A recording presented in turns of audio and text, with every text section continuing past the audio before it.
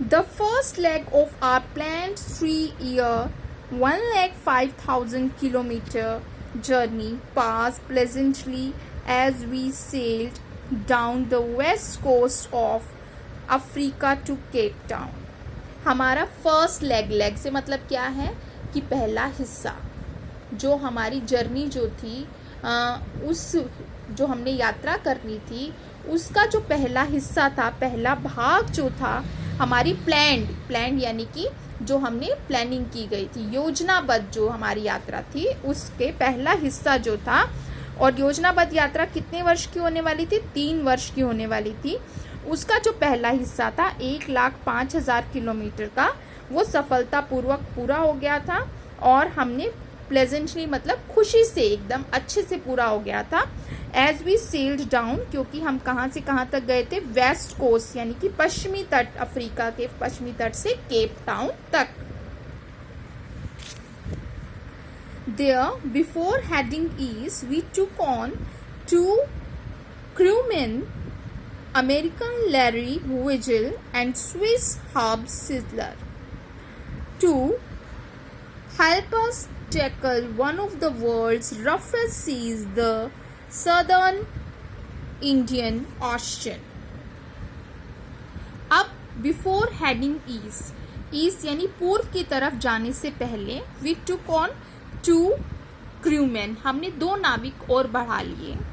American Larry vigil, एक तो America का निवासी था Larry Vigil, and Swiss Hub Sizzler, और एक स्विस यानी कि स्विट्जरलैंड से था Hub Sizzler, to help us tackle one of the world's roughest seas, दुनिया के सबसे रफेस्ट यानी कि खतरनाक जो था, तूफानी जो समुद्र था, हमें अब उसको पार करना था। और वो कौन था? सदर्न इंडियन ओशन यानी कि दक्षिणी हिंद महासागर। सो लेट्स सी, जिसके बारे में वो पहले ही बोल रहे हैं कि इतना खतरनाक था, इतना तूफानी था, तो वहां पर क्या होता है उनके साथ? On a second day out of Cape Town, जब उन्हें केप टाउन से निकले हुए 2 दिन हो गए थे, we began to encounter strong gales. अब हमें सामना करना पड़ा, एनकाउंटर मतलब कि हमारा सामना होने लगा स्ट्रॉन्ग गेल्स यानी कि तेज हवाओं से। For the next few weeks, अगले कुछ हफ्तों तक, दे ब्लू कंटिन्यूसली, वे लगातार बहती रही। ब्लू मतलब होता है बहना, हवा का बहना। गेल्स डिड नॉट वरी मी, जो हवाएं थी उन्होंने मुझे कुछ चिंतित नहीं किया। But the size of the waves was alarming, परंतु जो लहरें उठ रही थी उनकी वजह से उनका आकार, उनका जो साइज था वो बहुत ही चिंताजनक था, चेतावनी भरा था। अलार्मिंग मतलब चिंता कराने वाला था।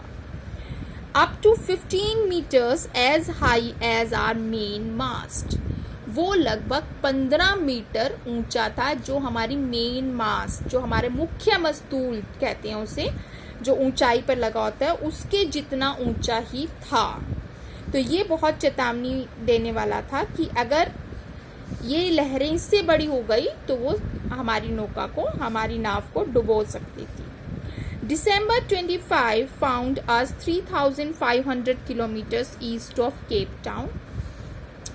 25 दिसंबर को हम क्या थे? 3500 किलोमीटर तक पहुंच गए थे केप टाउन के कौन से में? पूर्व दिशा में। ईस्ट ऑफ केप टाउन यानी केप टाउन की पूर्व दिशा में हम 3500 किलोमीटर तक पहुंच गए थे। Despite atrocious weather, we had a wonderful holiday complete with a Christmas tree. Despite atrocious weather, कि इतने खराब मौसम के बावजूद, कि मौसम के इतने अधिक खराब होने के बावजूद, we had a wonderful holiday, हमने बहुत अच्छे से जो क्रिसमस है उसका फेस्टिवल जो है वो मनाया। क्रिसमस, और हमारे पास क्या था? विद अ क्रिसमस ट्री, हमारे पास एक क्रिसमस ट्री भी था।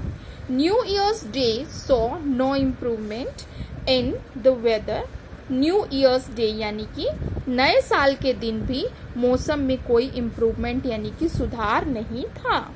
But we reasoned that it had to change soon. परंतु हमें ऐसा लग रहा था कि ये ज़रूर बदलेगा, कि मौसम जल्दी ही बदल जाएगा. हमें इस बात की आशा थी. रीज़न मतलब कि हमारे पास ऐसा रीज़न था या हमें ऐसी आशा थी. And it did change. और ये बदला भी, मौसम में बदलाव आया. But for the worse. परंतु क्या हुआ, ये उससे भी बुरा हो गया.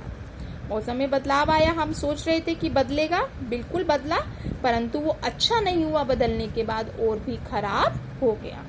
तो बेटा आगे चैप्टर में क्या होता है, कैसे मौसम कितना खराब होता है और क्या क्या होता है उनके साथ, will be seen in the next videos. हम अगले वीडियोस में देखेंगे.